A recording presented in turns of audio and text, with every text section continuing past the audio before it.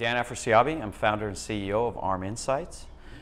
We are a provider and creator of promotions, loyalty, and analytics programs that link online promotions with offline transactions. So we basically close the loop between what a consumer sees online and then the actions they take offline with actually spending money, whipping out their credit card at an offline merchant and spending their money.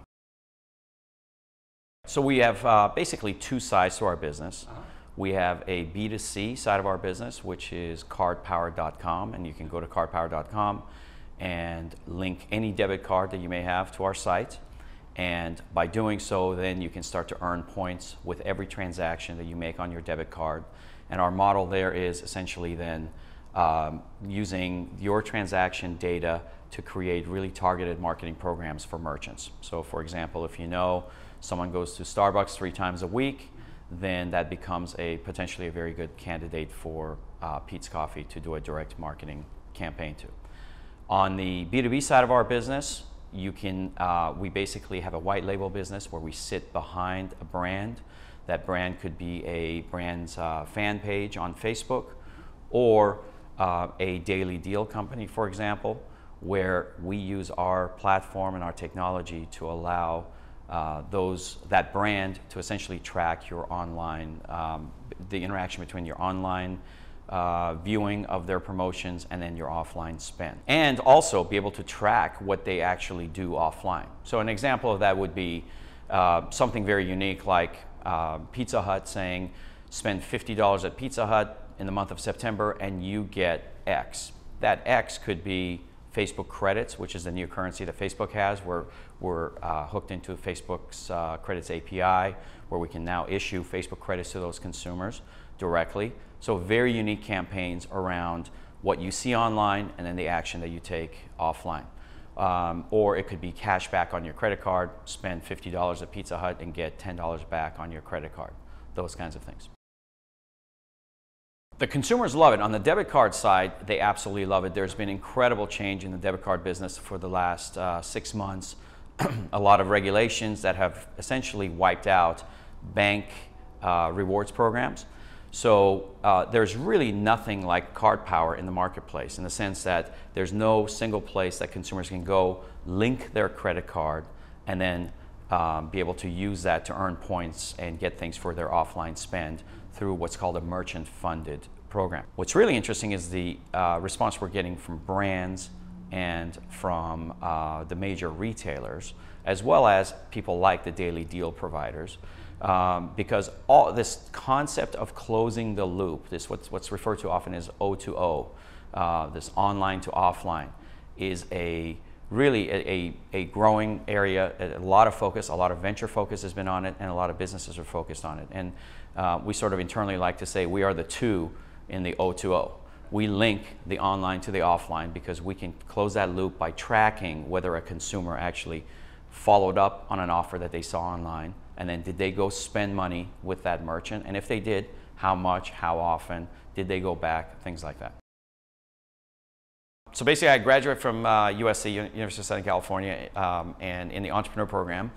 And right out of college, one of the things that was interesting was I always worked during school, but my senior year in college, when all my friends went to interview for jobs, and ironically I already had a job and they were trying to get me to stay, I sort of looked at that whole thing and I said, it just makes absolutely no sense to me. I don't understand this concept of, like, literally it's bizarre, but it didn't make sense to me. Like, what does it mean to, I'm gonna go interview and get a job? So I started a business with almost no money, moved in with my parents, moved back home, and it was funny, really struggled hard for the first 2 years, but then within 2 years I was making more money than most of my friends. I was in the circuit board in the electronics industry. I did that for about 6 years. Then I always had a dream of going to law school, and so then I went back and I got a JD MBA at USC. And then came out of there and went into venture capital for about 1.5 years, and then went into an operating role with one of our portfolio companies, which was in the startup phase. We ended up acquiring 12 companies in 2 years, went public back in 2000, and sort of, kind of different businesses in entrepreneurial roles since then. this isn't my first startup, but in Portland, it hasn't been as easy to be a startup technology company as I would have hoped. We've had a tough time hiring technology resources, getting people to come to Portland from outside of Portland.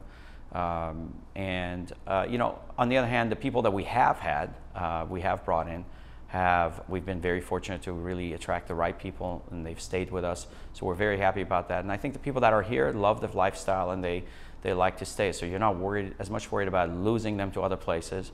But there is definitely some challenges, especially around people being a technology company. Attracting talent, young talent, you have to look at it as to kind of sort of what that person wants.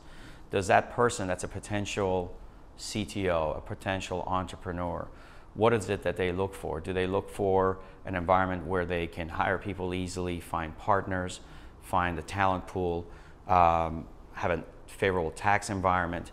These are things that really are meaningful. And so I think those are areas that Portland can focus on. Obviously, the university and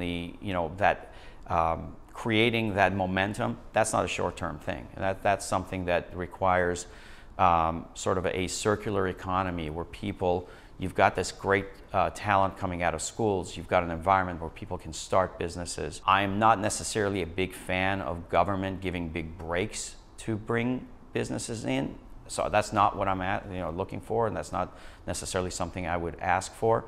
But I think an environment that really is attractive to talented people, to the most talented people in the world, I think is something that would be very positive. And I think the tax environment has a lot to do with it. I mean, if you're a 30-year-old making $150,000 a year because you're super talented, if you live in Texas, you're going to pay $15,000 to $17,000, $18,000 a year less than you would in Oregon in state income tax. So if lifestyle per se is not your number one thing at that age, $18,000 a year gets you a decent house payment in Dallas. So that's going to be a differentiating factor for someone that's at age. And the state sort of makes its priorities based on what the citizens view the priorities to be. And unfortunately, that's you look at our tax structure, and I think that's hurting our state.